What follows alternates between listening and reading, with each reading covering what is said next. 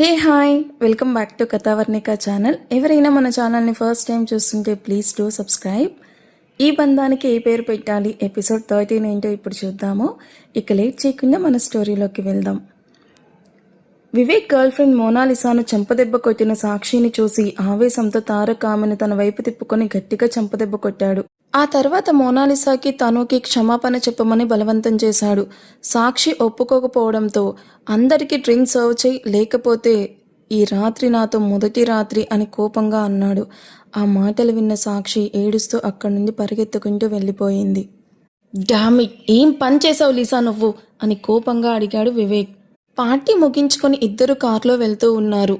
నేను నువ్వు చెప్పినట్టే చేశాను, కానీ సాక్షి వచ్చి నన్ను ఇలా చెంపదెబ్బ కొడుతుందని మాత్రం అస్సలు ఊహించలేదు అంది మోనాలిసా. అయినా మనం అనుకున్నట్టే జరిగింది కదా.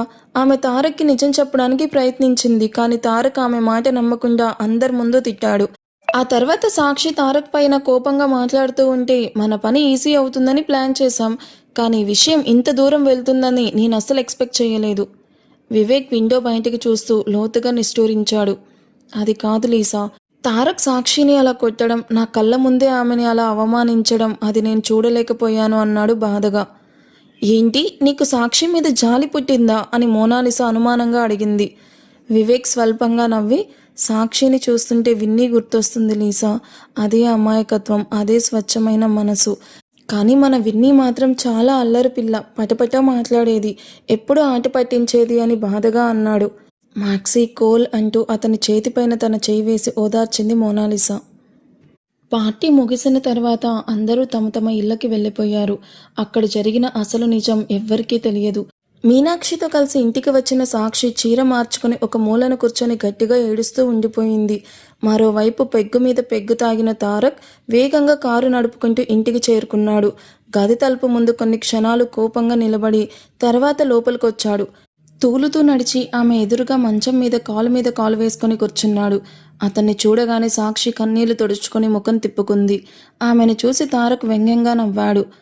ఒక విషయం మర్చిపోయాను చూడు సాక్షి డార్లింగ్, నిన్ను నేను ఎందుకు పెళ్లి చేసుకున్నానో గుర్తుందా? ఎందుకు అని ఆలోచిస్తున్నట్టు నటిస్తూ అడిగాడు. ఏడుస్తూ కూర్చున్న సాక్షి ఇంకా ఎలాంటి అవతారాలు చూడాల్సి వస్తాదో అనుకుంటూ లేచి వెళ్ళబోయింది. అయ్యో, ఇంత కోపమా బేబీ, నీతో మాట్లాడాలి నేను. ఎక్కడికి వెళ్తున్నావు అని ఆమెను ఆపాడు. తర్వాత ఒక్కసారిగా అతని కళ్ళల్లోకి మళ్ళీ ద్వేషం మెరిసింది. ఈ తారక్ ఏదైనా మర్చిపోవచ్చు, కానీ ద్వేషాన్ని మాత్రం ఎప్పటికీ మర్చిపోడు. నిన్ను ఇంత తేలిగ్గా వదిలేస్తానని ఎలా అనుకున్నావు? నా ద్వేషమనే అగ్నిలో నువ్వు మెల్లగా కాలిపోవాలి అని చిన్నగా చెప్పిన చాలా భయంకరమైన స్వరంతో అన్నాడు. మొదటిసారి మా నాన్న కళ్ళల్లో నేను నేరస్తుల్లాగా కనిపించాను తెలుసా అన్నాడు తారక్. సాక్షి ఏమీ మాట్లాడకుండా లేచి వెళ్ళబోతూ ఉండగా అతను ఒక్కసారిగా ఆమె చేయి పట్టుకొని మంచం పైకి లాగి కూర్చోపెట్టాడు. తను ఆమె పక్కనే కూర్చొని మద్యం మత్తులో నెమ్మదిగా మాట్లాడడం మొదలుపెట్టాడు. ఇప్పుడు నేను నీకొక కథ చెప్తాను, అది నువ్వు వినాలి. కన్నీళ్లు తుడుచుకుంటూ ఏం జరుగుతుందో అర్థం కాక అతని వైపు చూసింది సాక్షి. నిన్ను నేను మొదటిసారి చూసింది మీ కాలేజ్ ఈవెంట్లో అని చెప్పగానే ఆమె ఆశ్చర్యంగా అతని ముఖాన్ని చూసింది. ఆ రోజు డాడీ ఒక ఇంపార్టెంట్ ఫైల్ మర్చిపోయి కాలేజ్కి వెళ్ళిపోయాడు. నేను ఇంట్లోనే ఉన్నాను అని తెలిసి నాకు కాల్ చేసి కాలేజ్కి రమ్మన్నారు. Yes dad. ఫోన్లో మాట్లాడుతూ కారు ఆపాడు తారక్. అప్పుడే లండన్లో చదువు పూర్తి చేసుకుని వచ్చి వారమే అయ్యింది. యాదవ్ గ్రూప్ ఆఫ్ కంపెనీను మరో స్థాయికి తీసుకెళ్లాలి అనేదే అతని లక్ష్యం. ఆ లక్ష్యం కోసం ప్రతి క్షణం కష్టపడుతూ పనిలోనే మునిగిపోయి ఉండేవాడు. తారక్, ఈరోజు పియూ క్లాస్లో ఫంక్షన్ జరుగుతుంది, నువ్వు 3rd ఫ్లోర్కి రా. లిఫ్ట్ సరిగ్గా పనిచేయడం లేదు, స్టెప్స్ మీదుగా రా. ఓకే డాడీ అని ఫోన్ కట్ చేశాడు. ఫైల్ చేతిలోకి తీసుకొని కూలింగ్ గ్లాసెస్ను షర్ట్కి తగిలించుకొని తనదైన స్టైల్లో కాలేజ్ లోపలికి నడిచాడు. కాలేజ్లో ఉన్న అమ్మాయిలంతా అతన్ని చూసి కళ్ళార్పకుండా చూస్తూ నిలిచిపోయారు. జీన్స్, షర్ట్, దాని మీద బ్రౌన్ కలర్ స్టైలిస్ట్ బ్లేజర్, 6 అడుగుల ఎత్తు, ఆత్మవిశ్వాసంతో నిండిన నడక. అతని రూపాన్ని చూసి చాలా మంది అమ్మాయిలు తన మీద చూపు నిలిపేశారు. కానీ తారక్ మాత్రం ఎప్పటిలానే ఎవరినీ పట్టించుకొని తనదైన గంభీరమైన నడకతో తారక్ స్టెప్స్ ఎక్కుతూ ఉన్నాడు. చెవిలో బ్లూటూత్, చేతిలో ఫైలు, ఫోన్లో మాట్లాడుతూనే కాలేజ్ కారిడార్ ముందుకి నడవసాగారు. హే విన్నీ, ఎందుకు కాల్ చేశావు? ఓ ఓకే, ఈవినింగ్ కలుస్తాను. షూర్, ఇప్పుడు నేను బిజీగా ఉన్నాను, తర్వాత కాల్ చేస్తాను అని చెప్పి కాల్ కట్ చేశాడు. అప్పుడే ఆడిటోరియం లోపల నుండి ఒక మధురమైన స్వరం అతని చెవుల్లో పడింది. ఆ పాటలో ఉన్న భక్తి, ఆ స్వరంలో ఉన్న మాధుర్యం ఒక్క క్షణంలో అతని అడుగులు ఆపేశాయి. తెలియకుండానే ఆ స్వరం వినిపిస్తున్న ఆడిటోరియం వైపు నడిచాడు. వేదికపై రామాయణం నాటకం జరుగుతూ ఉంది. సీతా పాత్రలో ఉన్న ఒక అమ్మాయి భాగోద్వేతంతో పాట పాడుతూ ఉంది. ఆ పాట ముగియగానే రావణుడి పాత్రధారి ఆమె చేయి పట్టుకోబోయాడు. వెంటనే ఆమె కళ్ళల్లో ధైర్యం నింపుకొని, రావణ, నా భర్త లేని సమయంలో నన్ను అపహరించలేవు, వదులు నన్ను అని గట్టిగా అరిచింది. ఆ ఒక్క డైలాగ్, ఆమె గొంతులోని ఆత్మవిశ్వాసం తారక్ని పూర్తిగా కట్టిపడేశాయి. అతను తెలియకుండానే ఆడిటోరియం తలుపుని నెమ్మదిగా తెరిచాడు. తలుపు తెరిచిన క్షణంలో స్టేజ్ మీద సీతావేషంలో నిలబడి ఉన్న ఆ అమ్మాయిని చూసి అతని చూపు ఒక్కసారిగా ఆమె పైన నిలిచిపోయింది. అప్పుడే కిటికీ వైపు నుండి వీచిన చల్లటి గాలి సీతావేషంలో ఉన్న ఆ అమ్మాయి పొడవాటి జుట్టును మెల్లగా ఎగరవేసింది. ఆమె ముఖంపై పడిన ఆ జుట్టుని గాలి నెమ్మదిగా పక్కకి జరపగా ఆ క్షణంలో ఆమె అందం మరింత అపురూపంగా కనిపించింది. కొన్ని క్షణాల పాటు ఆడిటోరియంలో ఉన్న వాళ్ళంతా నాటకం చూడడం మానేసి తలుపు దగ్గర నిలబడి ఉన్న ఆ అందమైన యువకుడి వైపే చూడసాగారు. వేదికపై ఉన్న సాక్షి కూడా ఎవరో అందరూ ఒక్కసారిగా అటు చూస్తూ ఉండడంతో తలెత్తి తలుపు వైపు చూసింది. అప్పుడే తన వల్ల అందరి దృష్టి నాటకం నుంచి మళ్ళీపోతుందని గ్రహించిన తారక్, హూ సారీ సారీ అని చిన్నగా చెప్పి టక్కున తలుపు మూసేశాడు.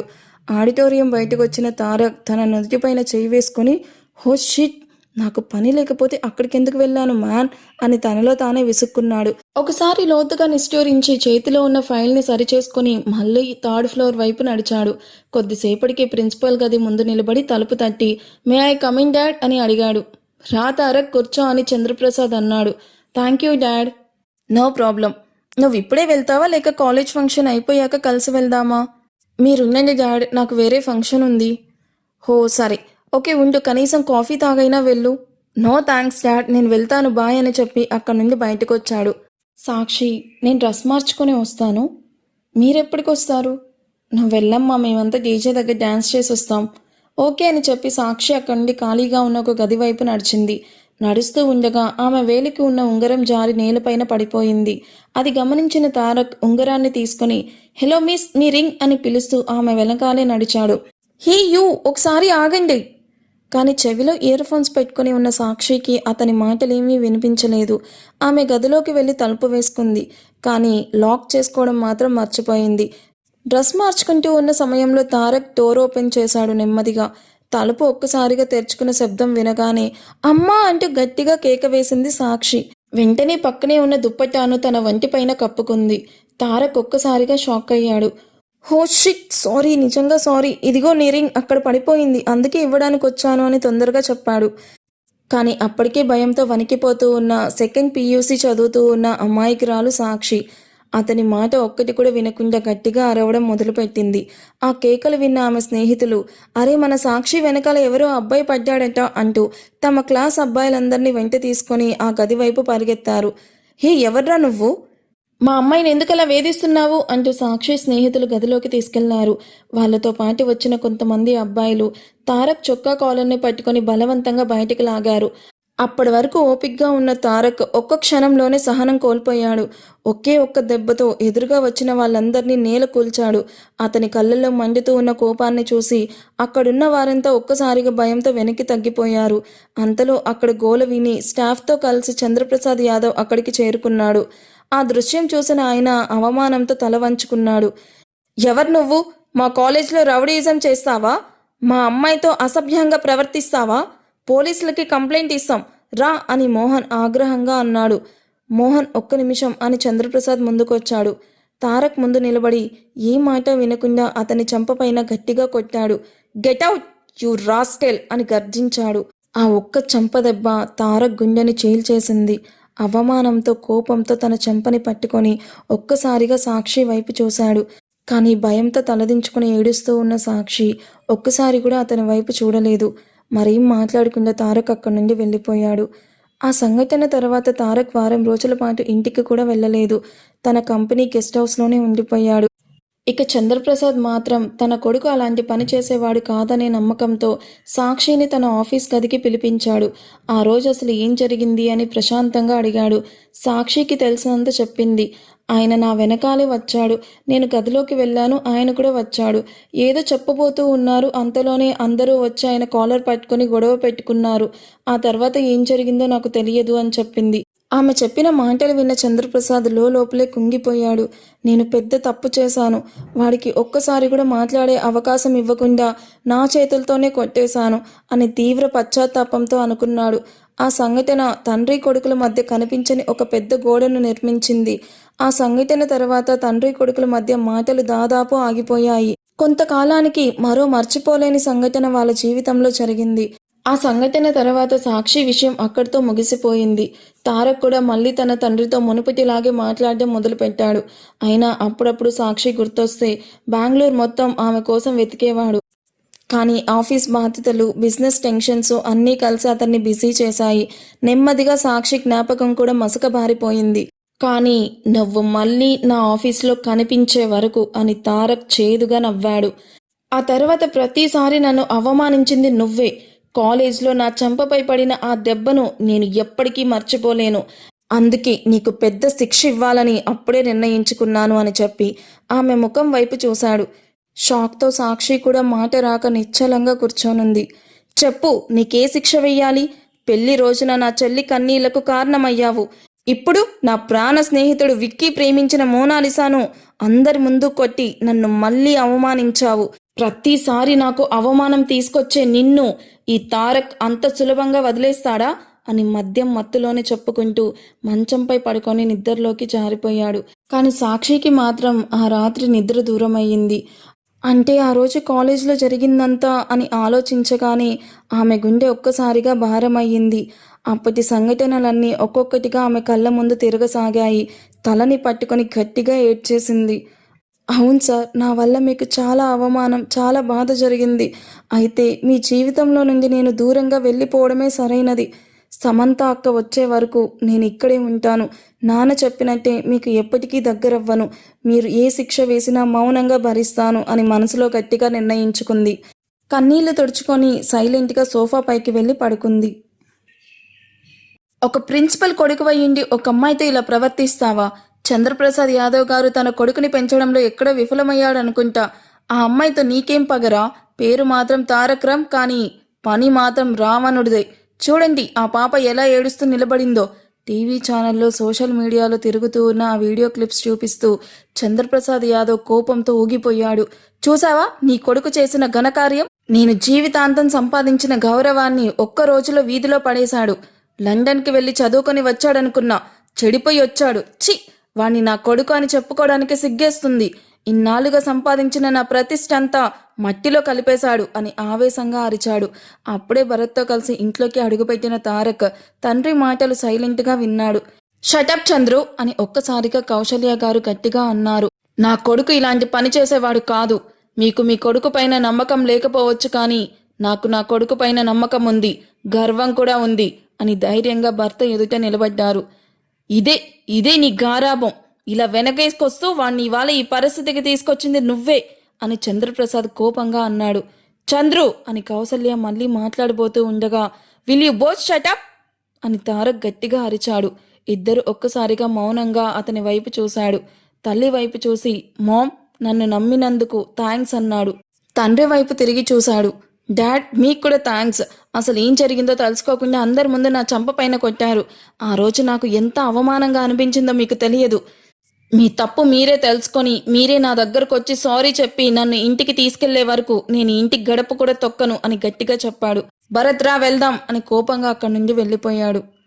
ఆ సంఘటన జరిగిన వారం రోజుల తర్వాత చంద్రప్రసాద్ గారు ప్రశాంతంగా ఆలోచించారు. సాక్షిని పిలిపించి ఆ రోజు జరిగిన విషయం మొత్తం అడిగి తెలుసుకున్నారు. అప్పుడు తప్పు తనదేదని గ్రహించారు. అదే రాత్రి తారక్కి ఫోన్ చేసి, నన్ను క్షమించి నాన్న, ఇంటికి రా అని పిలిచారు. ఎంత కోపమున్నా ఆయన తన కన్న తండ్రే కదా. సరే డాడ్, రేపు ఉదయం వస్తాను అని చెప్పి తారక్ కాల్ కట్ చేశాడు. కానీ అదే రాత్రి ఫామ్ హౌస్లో ఉన్న తారక్ దగ్గరికి వివేక్ ఊపిరి సలపకుండా పరిగెత్తుకుంటూ వచ్చాడు.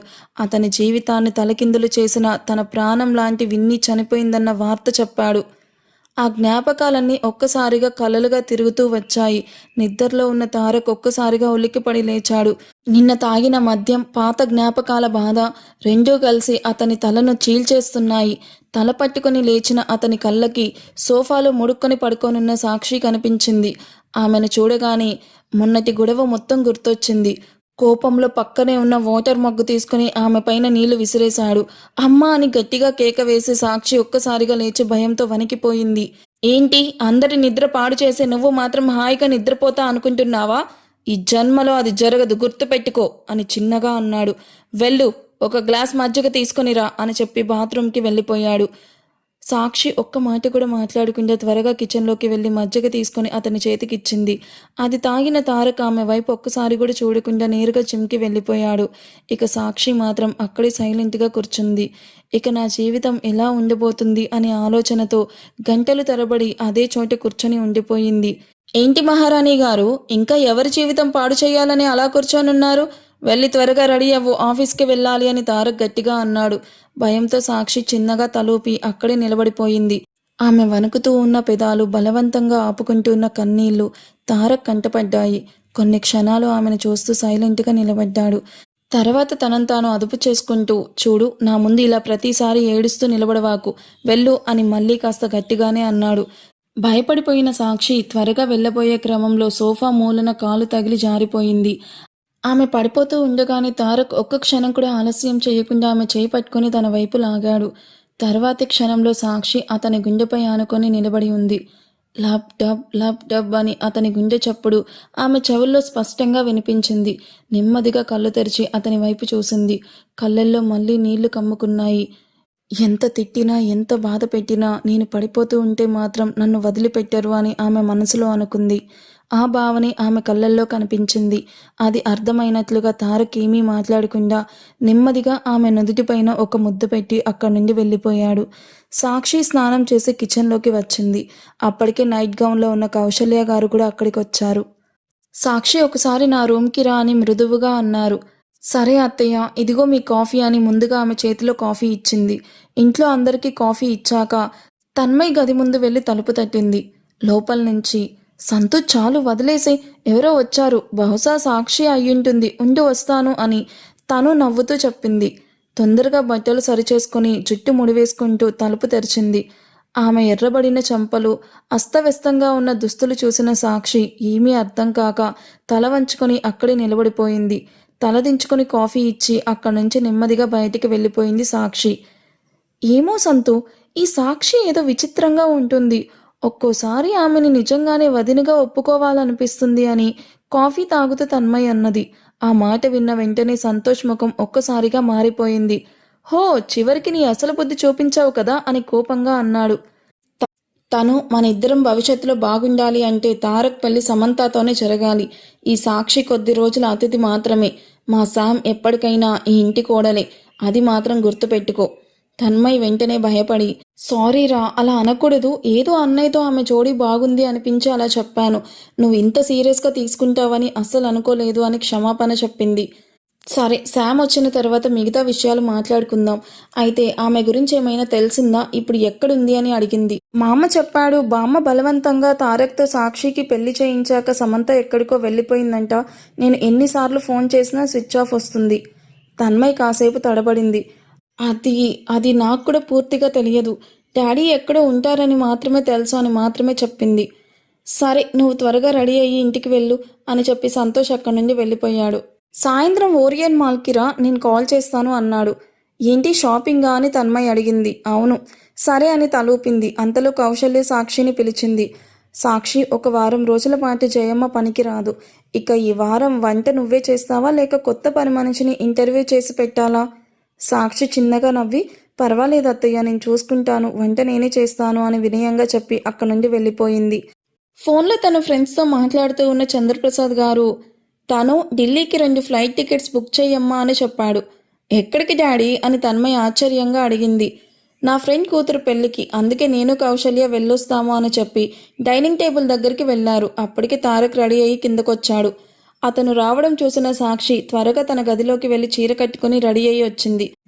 అందరికీ టిఫిన్ వడ్డించిన తర్వాత కూడా నిల్చుకొని ఉండడంతో కౌశల్య గారు నవ్వుతూ, సాక్షి, నువ్వు కూడా కూర్చొని తినమ్మా, వడ్డించింది చాలు, ఇక అందరూ వాళ్ళే వేసుకొని తింటారు, నీకు ఆఫీస్కి టైం అవుతుంది కదా అన్నారు. సాక్షి మెల్లగా వచ్చి తారక్ ఎదురుగా కూర్చుంది. తారక్ మాత్రం తన పనిలో తానున్నాడు. ఒకవైపు టిఫిన్ తింటూ మరోవైపు ఫోన్లో మాట్లాడుతూ ఉన్నాడు. టిఫిన్ అయిపోయిన తర్వాత ఇంట్లో ఉన్న వాళ్ళంతా తమ తమ వర్క్స్కి వెళ్ళిపోయారు. తన్మయ్ ఏమో నేను సంతోష్తో వాళ్ళ ఇంటికి వెళ్తున్నాను అని చెప్పి వెళ్ళిపోయింది. కౌశల్య గారు కూడా తన పాత స్నేహితురాల్ని కలవడానికి బయటకు వెళ్ళారు. సాక్షి తన గదిలోకి వెళ్ళి ఆఫీస్కి కావాల్సిన ఫైల్స్ ల్యాప్టాప్ తీసుకుని బయటకు వచ్చింది. అప్పుడే ఎదురుగా తారక్ వచ్చాడు. అతన్ని చూడగానే సాక్షి భయంతో ఒక అడుగు వెనక్కి వేసింది. ఆ తొందరలో ఆమె చీర కాళ్ళకి చుట్టుకుంది. పడిపోబోతూ ఉండగానే తారక్ వెంటనే ఆమె నడుము పట్టుకుని తన వైపు లాక్కున్నాడు. హీ, పడిపోవడమే పనిగా పెట్టుకున్నావా నువ్వు, ఈడియట్ అని తారక్ చిరాగ్గా అన్నాడు. సాక్షి భయంతో అతని వైపు చూసింది. అతను ఆమెను ఒకసారి గట్టిగా చూసి ఏమీ మాట్లాడకుండా ఫోన్ చేతిలో పట్టుకుని ముందుకు నడిచాడు. సాక్షి కూడా సైలెంట్గా అతని వెనకే నడిచింది. ఆఫీస్కి చేరుకున్నాక తన దగ్గరున్న పనులన్నీ సాక్షి భుజాల మీద వేసి తారక్ మాత్రం మరో ముఖ్యమైన పనిలో నిమగ్నమయ్యాడు. మధ్య మధ్యలో తల పట్టుకొని నుదిటిన రుద్దుకుంటూ ల్యాప్టాప్లో పనిచేస్తూ ఉన్న అతన్ని గమనించిన సాక్షికి అతనికి తలనొప్పి ఎక్కువగా ఉందని అర్థమయ్యింది. వెంటనే ఆఫీస్ బాయ్కి ఫోన్ చేసి ఒక స్ట్రాంగ్ కాఫీ తీసుకురా అని చెప్పింది. కొద్దిసేపటికే ఆఫీస్ బాయ్ కాఫీ తీసుకుని క్యాబిన్ తలుపు తట్టాడు. May I come in boss? Yes come in అన్నాడు తారక్. బాస్, మీ స్ట్రాంగ్ కాఫీ. నేను చెప్పలేదుగా అని తారక్ కనుబొమ్మలు ముడేశాడు. ఆఫీస్ బాయ్ చిరునవ్వుతో సాక్షి వైపు చూసి మాకంతా అర్థమైపోయింది బాస్ అని చెప్పి అక్కడి నుండి వెళ్ళిపోయాడు. తారక్ కాఫీ తాగిన తర్వాత కొద్దిగా రిలాక్స్ అయ్యాడు. బ్లేజర్ తీసి పక్కన పెట్టాడు. షర్ట్ పైన 2 బటన్స్ విప్పి ఏసీ ఆన్ చేసి కూర్చొని వెనక్కి ఆనుకొని కళ్ళు మూసుకున్నాడు. సాక్షి మాత్రం తారక్ని చూస్తూ సైలెంట్గా కూర్చుంది.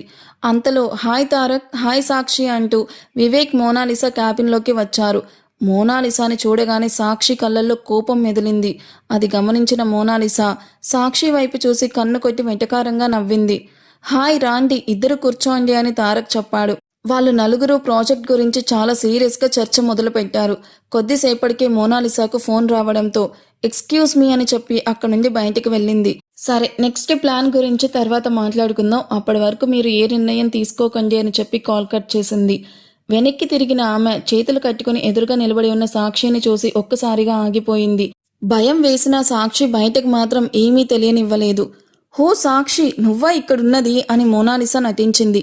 నాటకాలు ఆపండి మోనాలిసా, మీరు చేస్తున్నది చాలా తప్పు. ఇప్పుడే వెళ్ళి వివేక్ అన్నయ్యకి, తారక్ సార్కి అన్నీ చెప్పేస్తాను అని సాక్షి ధైర్యంగా అంది. మోనాలిసా నవ్వేసింది. ఓకే చెప్పు, కానీ వాళ్ళు నిన్ను నమ్మాలి కదా సాక్షి అంటూ హై హీల్స్ టక్ టక్ అంటూ శబ్దం చేస్తూ ఆమె దగ్గరికి వచ్చింది. సాక్షి చెంపను మెల్లగా తట్టి నువ్వు నా గురించి ఏం చెప్పినా నీ భర్త నిన్ను అస్సలు నమ్మడు పాప అని వెటకారంగా నవ్వి అక్కడి నుండి వెళ్ళిపోయింది. సాయంత్రం అయింది. ఫైల్ చేతిలో పట్టుకొని ఏదో ఆలోచనలో కూర్చొనున్న సాక్షికి కౌశల్య గారి నుండి ఫోన్ వచ్చింది. సాక్షి, వెంటనే మాల్కి రామ్మా అని చెప్పారు. ఫోన్ పెట్టిన తర్వాత సాక్షి మెల్లగా తారక్ క్యాబిన్ దగ్గరికి వెళ్ళింది. సార్ అని మెల్లగా పిలిచింది. ఏంటి అని ఎప్పట్లాగే గంభీరమైన స్వరంతో అడిగాడు తారక్. అత్తయ్య ఫోన్ చేశారు, మాల్కి రమ్మంటున్నారు అని తలదించుకుని మెల్లగా చెప్పింది సాక్షి. తారక్ ఆమె వైపు ఒకసారి చూసి ఏమీ మాట్లాడకుండా తల ఊపాడు. అది అనుమతి అన్నట్టుగానే. అతని సమాధానం కోసం ఎదురు చూస్తూ ఉన్న సాక్షి ముఖంలో ఒక్కసారిగా చిరునవ్వు మెరిసింది.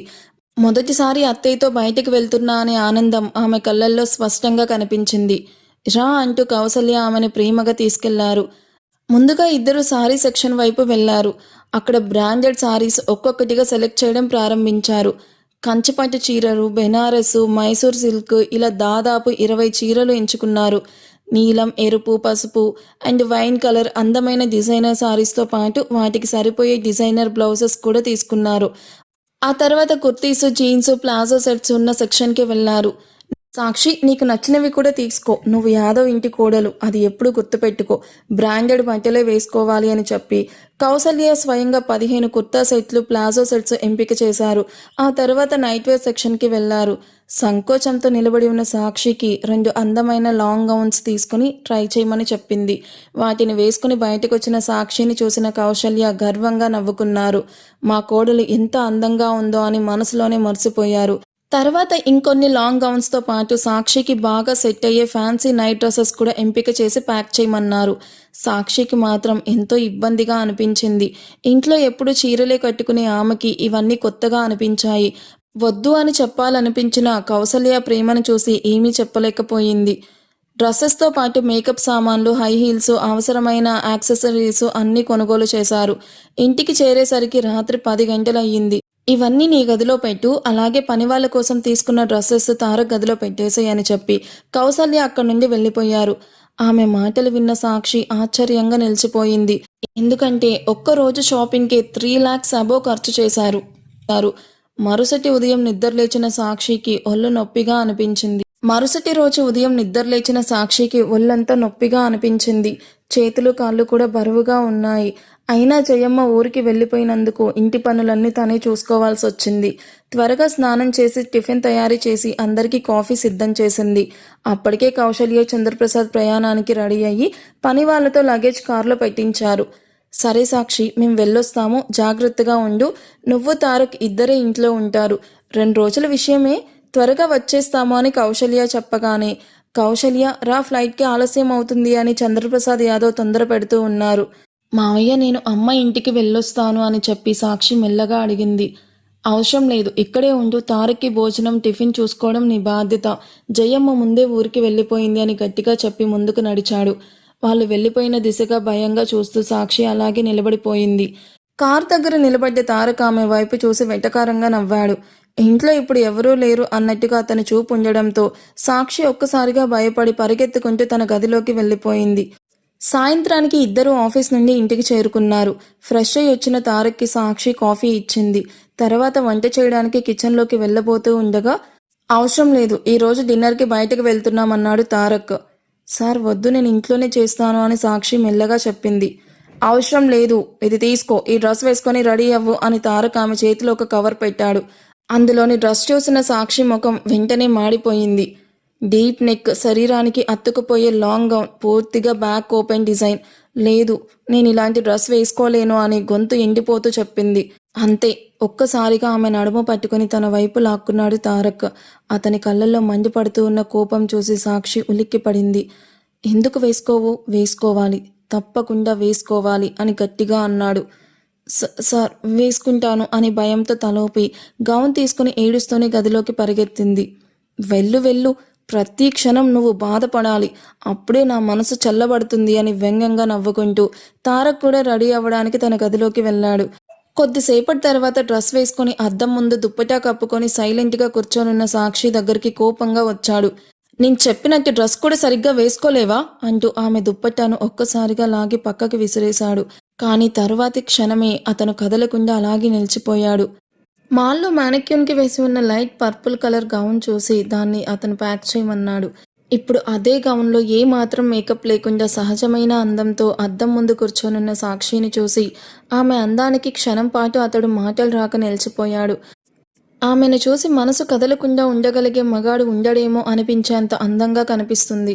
మరోవైపు బ్లాక్ కలర్ సూట్లో దానికి మ్యాచ్ అయ్యే పర్పుల్ కలర్ షేడ్స్ ఉన్న బ్లేజర్ వేసుకుని తారక్ కూడా ఎంతో హ్యాండ్సమ్గా కనిపిస్తున్నాడు. బ్లేజర్ లోపల వేసుకొనున్న షర్ట్కి పైన 2 బటన్స్ విప్పేసి ఉండడంతో అతని వ్యక్తిత్వం మరింత ఆకర్షణీయంగా కనిపిస్తుంది. అలాగే కూర్చొని తన వీపుని దుప్పటితో కప్పుకొని ప్రయత్నం చేస్తూ ఉన్న సాక్షిని అనుమానంగా చూశాడు తారక్. ఏంటి, అలా ఎందుకు నిలబడి ఉన్నావు అని అడిగాడు. సార్, అది జిప్ పెట్టుకోలేకపోతున్నాను అని మెల్లగా చెప్పి వీపు వైపు చేయి చూపించింది. అతను నెమ్మదిగా అద్దంలోకి చూశాడు. అక్కడ ఆమె అందమైన తెల్లని వీపు అతని కళ్ళ ముందుకొచ్చింది. ఎంత అందంగా ఉన్నావు నువ్వు అని మనసులోనే అనుకున్నాడు. సిగ్గుతో తలవంచుకుని నీలవైపు చూస్తూ నిల్చుకున్న సాక్షికి వెనక నుంచి అతడి వేడి శ్వాస తగిలింది. ఆ స్పర్శకి ఆమె ఒళ్ళంతా వణికిపోయింది. తెలియకుండానే కళ్ళని మూసుకుంది. తారక్ నెమ్మదిగా ఆమె నడుము కింద చెయ్యానిచ్చి మరో చేత్తో ఒక్కసారిగా గౌన్ జిప్ పైకి లాగాడు. అంత అకస్మాత్తుగా అతను లాగడంతో సాక్షి ఉలిక్కిపడి తెలియకుండానే అతనికి మరింత దగ్గరగా నిలిచింది. నెమ్మదిగా కళ్ళెత్తి అతని వైపు చూసింది. ఆమె చూపుని తప్పించుకుంటూ తారక్ గంభీరంగా, నీ డ్రీమ్ అయిపోయిందంటే రా వెళ్దామని మాత్రమే చెప్పి ముందుకు నడిచాడు. ముఖానికి లైట్గా మేకప్ వేసుకుని పూర్తిగా రెడీ అయ్యి బయటకు వచ్చింది సాక్షి. ఇద్దరిని తీసుకెళ్లిన కార్ ఓ అందమైన రెస్టారెంట్ ముందు ఆగింది. ముందుగా కార్ దిగిన తారక్ దిగు అని చెప్పాడు. సాక్షి నెమ్మదిగా కార్ దిగింది. ఆమె దిగిన వెంటనే అక్కడున్న కొంతమంది అబ్బాయిల చూపులు ఆమె మీదనే నిలిచిపోయాయి. అది గమనించిన తారక్ ఒక్కసారిగా ఆమె వైపు తిరిగి చూశాడు. గౌన్ డిజైన్ వల్ల ఆమె వీపు ఎక్కువగా కనిపిస్తుంది. ముందు భాగంలో ఉన్న డీప్ నెక్ కూడా అందరి దృష్టిని ఆకర్షిస్తుంది. కొన్ని క్షణాలు ఆమెను చూస్తూ నిలిచిన తారక్ ఒక్క మాట కూడా మాట్లాడకుండా మళ్ళీ కారులో కూర్చో అన్నాడు. ఏమైందో అర్థం కాక ఆందోళనగా అతని వైపు చూసిన సాక్షి సైలెంట్గా వెళ్ళి కారులో కూర్చుంది. తారక్ ఒక్కసారిగా కార్ని వేగంగా నడపడం ప్రారంభించాడు. అంత వేగంగా డ్రైవ్ చేస్తూ ఉండడంతో సాక్షికి గుండె గొంతులోకి వచ్చినట్టు అయింది. కొద్దిసేపటికి ఇంటి ముందు కారు ఆగింది. లోపలికి వెళ్లిన వెంటనే తారక్ కోపంతో తన బ్లేజర్ని విసిరేశాడు. అతని ఆగ్రహం చూసి భయపడిన సాక్షి గది మూలలో మౌనంగా నిల్చుకుంది. కోపంగా ఆమె దగ్గరికి వచ్చిన తారక్ ఆమె భయంతో మూసుకున్న కళ్ళని చూస్తూ కాసేపు అలాగే నిలిచిపోయాడు. కొద్దిసేపటి తర్వాత సాక్షి మెల్లగా కళ్ళు తెరిచింది. అతని కోపం కాస్త తగ్గినట్టు అనిపించడంతో ధైర్యం చేసి సార్ అని పిలిచింది. తారక్ కనుబొమ్మెత్తి ఏంటి అన్నట్టు చూశాడు. డ్రెస్ మార్చుకోకండి, అలాగే ఉండండి, నాకు ఒక 10 నిమిషాలు టైం ఇవ్వండి అని చెప్పి వెంటనే తన గదిలోకి పరిగెత్తింది. కొద్దిసేపట్లో కౌశల్య గారు ఇచ్చిన చిన్న తెల్లని గౌన్ వేసుకుంది. ముఖం కడుకొని ఫ్రెష్గా తయారయ్యింది. జుట్టుని వదిలేసి కిచెన్లోకి వెళ్ళింది. చకచకా French fries, noodles with peanut butter sauce తయారు చేసింది. ఫ్రిడ్జ్లో ఉన్న జ్యూసెస్ని 2 గ్లాసెస్లో పోసింది. అన్నిటినీ తీసుకుని టెర్రస్ పైకి వెళ్ళింది. తెల్లని లైట్స్తో చిన్నగా డెకరేషన్ చేసింది. తాను చేసిన వంటకాలన్నీ అందంగా అమర్చింది. చుట్టూ మెత్తని బెడ్ పరిచి తెల్లని దిండ్లు పెట్టి ఆ ప్రదేశాన్ని ఎంతో ఆహ్లాదకరంగా మార్చింది. అన్నీ సిద్ధం చేసిన తర్వాత మళ్ళీ కిందకొచ్చింది. హాల్లో సోఫాపై కూర్చొని నిద్రలోకి జారుతూ ఉన్న తారక్ని మెల్లగా లేపింది. సార్, ఒక్కసారి ఫ్రెష్ అయ్యి టెర్రస్కి రాండి అని చెప్పి మళ్ళీ పైకి వెళ్ళిపోయింది. ఏదో పిచ్చి పని చేసే ఉంటుంది లూజ్ అని తనలో తానే అనుకుంటూ తారక్ షర్ట్ చేతులను మడుస్తూ లేచాడు. షర్ట్ చేతుల్ని మడుచుకుంటూ టెర్రస్ డోర్ ఓపెన్ చేశాడు తారక్. లోపల అడుగు పెట్టగానే చుట్టూ వెలిగిన చిన్న చిన్న లైట్స్ వెలుగు అతని కళ్ళని కట్టేసింది. ఒక్క క్షణం ఆశ్చర్యంగా చుట్టూ చూశాడు. కొద్ది దూరంలో నిలబడి ఉన్న సాక్షి దగ్గరికి వచ్చి చేతులు కట్టుకొని ఏంటివన్నీ అన్నట్టుగా ఆమెను చూస్తూ నిల్చుకున్నాడు. సాక్షి కాస్త బెదిరిపోయింది. అది మీరు బయట డిన్నర్కి వెళ్దామన్నారు కదా, అందుకే మీకోసం అని ఆశగా చెప్పబోయింది. మాట పూర్తయ్యే లోపే చుప్ అని ఒక్క మాట చెప్పి ఆమెను గట్టిగా తన హృదయానికి హత్తుకున్నాడు. ఆ హఠాత్తు అలింగనానికి సాక్షి ఉలిక్కిపడింది. తారక్ నెమ్మదిగా ఆమె వీపు మీద చేయి సవరిస్తూ సాక్షి, చాలా ఆకలిగా ఉంది బేబీ అని మృదువుగా అన్నాడు. అతని స్వరంలో కోపం లేదు. ఎన్నో రోజుల తర్వాత వినిపించిన ఆ సున్నితమైన మాటకి సాక్షి హృదయం కరిగిపోయింది. సార్, నేను అన్నీ సిద్ధం చేశాను, రాండి భోజనం చేద్దామా అని చిరునవ్వుతో అతన్ని డెకరేషన్ చేసిన చోటకి తీసుకెళ్ళింది. ట్రయాంగిల్ ఆకారంలో కొవ్వొత్తులు, లైట్స్, మధ్యలో భోజనం అమర్చిన విధానం చూసి ఆమె ఆలోచనకి తారక్ ముసిముసిగా నవ్వుకున్నాడు. ఇద్దరు ఎదురెదురుగా కూర్చున్నారు. సాక్షి ప్రేమగా వడ్డించగా తారక్ సైలెంట్గా ఆమె చేసిన ప్రతి వంటకాన్ని రుచి చూస్తూ డిన్నర్ ప్రారంభించాడు. జ్యూస్ తాగుతూ ఉన్న సాక్షి పెదాలపైన చిన్న జ్యూస్ చుక్క మెరిసింది. అది గమనించిన తారక్ అనుకోకుండా మెల్లగా ఆమెకి దగ్గరగా జరిగి ఆమె పెదాలపైన తన పెదాలు ఆనిచ్చాడు. ఉలిక్కిపడిన సాక్షి దూరం కావాలి అని ప్రయత్నించగా తారక్ ఆమె ఒక చేతిని తన చేత్తో బంధించి మరో చేత్తో ఆమె ముఖాన్ని మరింత దగ్గరగా తీసుకున్నాడు. ఇప్పటికే అతనిపై తెలియని అనుబంధం పెంచుకున్న సాక్షి మెల్లగా కళ్ళు మూసుకుంది. ఆ క్షణంలో అతని ఆలింగనానికి పూర్తిగా లొంగిపోయింది. కొద్దిసేపటి తర్వాత ఆమెను మెల్లగా విడిచిన తారక్ తన నుదుటిని ఆమె నుదుటికి ఆనిచ్చాడు. ఇద్దరి శ్వాసలు ఒకదానితో ఒకటి కలిసిపోతూ ఉండగా తీవ్రంగా ఊపిరి పీలుస్తూ ఉన్న సాక్షిని అతను సైలెంట్గా చూస్తూ నిలిచిపోయాడు. మెల్లగా ఆమెను మంచం పైన పడుకోబెట్టాడు. సాక్షి మాత్రం ప్రేమతో నిండిన చూపులతో అతన్ని చూస్తూ ఉంది. తారక్ నెమ్మదిగా తన షర్ట్ బటన్స్ విప్పాడు. ఆమె పాదాల దగ్గర నుండి ముద్దులు పెడుతూ పైకి రావడం ప్రారంభించాడు. సిగ్గుతో కళ్ళు మూసుకుని తడబడుతూ ఉన్న సాక్షిని చూసి ఆమె పైకి వంగి నుదురు చెంపలపైన వరుసగా ముద్దులు కురిపించాడు. ఒక్క క్షణంలోనే వారి చేతులు ఒకదానితో ఒకటి బంధమయ్యాయి. కాళ్ళు కూడా ఒకటిగా కలిసిపోయాయి. తడబడుతూ ఉన్న ఆమె కాళ్ళని తన కాళ్ళతో అలుముకున్న తారక్ ఆమెని మరింత దగ్గరగా హత్తుకున్నాడు. ఇప్పటికే అతని ప్రేమలో పూర్తిగా కరిగిపోయిన సాక్షి మెల్లగా తన చేతుల్ని అతని వీపుపై వేసి అతనికి సహకరించింది. ఆమె భుజంపై నుండి గౌన్ మెల్లగా జరుపుతూ ఉన్న సమయంలో అప్పుడే ఫోన్ ఒక్కసారిగా గట్టిగా మోగింది. ఆమె భుజంపైన ముద్దులు పెడుతూ ఉన్న తారక్ మొదట ఆ శబ్దాన్ని పట్టించుకోలేదు. మళ్ళీ సాక్షి పెదాలపైకి వంగాడు. కానీ ఫోన్ మళ్ళీ మళ్ళీ మోగుతూనే ఉండడంతో ఇద్దరి ఆ క్షణానికి అంతరాయం కలిగింది. తారక్ ఇష్టం లేకనే పక్కనే తిరిగి పడుకొని సాక్షి తల నిమురుతూ ఫోన్ ఎత్తాడు. హలో తారక్, నేను సంతోష్ని మాట్లాడుతున్నాను.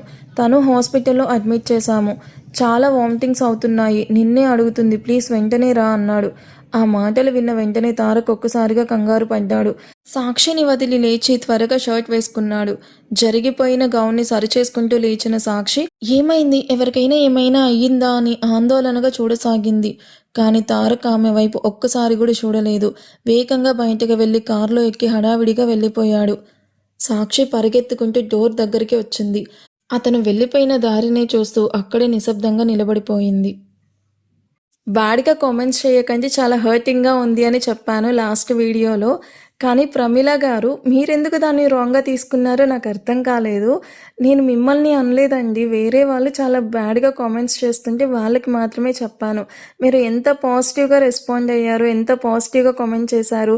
ఆ కామెంట్‌కి నేను ఎంత హ్యాపీగా ఫీల్ అయ్యానో మీకు తెలీదు. ఇన్‌ఫాక్ట్ నేను వెంటనే మీకు కామెంట్‌కి రిప్లై కూడా ఇచ్చాను చూడండి.